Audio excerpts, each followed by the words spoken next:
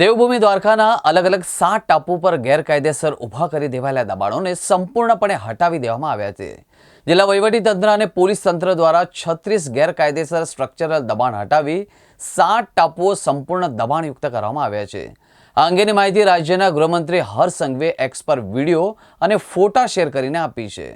રાજ્યના ગૃહમંત્રી હર્ષ સંઘવીએ એક્સ પર કહ્યું કે દેવભૂમિ દ્વારકા જિલ્લાના 7 ટાપુઓ હવે 100% દબાણમુક્ત થઈ ગયા છે. 7 ટાપુઓ પરના કુલ 36 ગેરકાયદેસર બાંધકામ દૂર કરવામાં આવ્યા છે.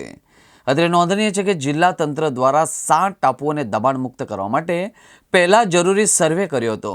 દ્વારકામાં હાથ ધરાયેલા મેગા ડિમોલિશનના કારણે તમામ યાત્રિકો માટે બેટ દ્વારકામાં અવન જવન પર પ્રતિબંધ લગાવવામાં આવ્યો હતો.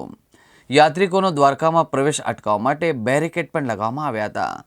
જોકે મંદિરમાં પૂજા અર્ચનનો કાર્યક્રમ રાબેતા મુજબ શરૂ થશે.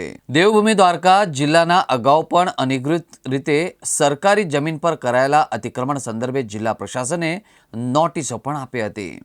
દ્વારકા દેવભૂમિ દ્વારકાના અલગ અલગ 7 ટાપુ પર ગેરકાયદેસર ઊભા કરી દેવાયેલા દબાણોને સંપૂર્ણપણે હટાવી દેવામાં આવ્યા હતા.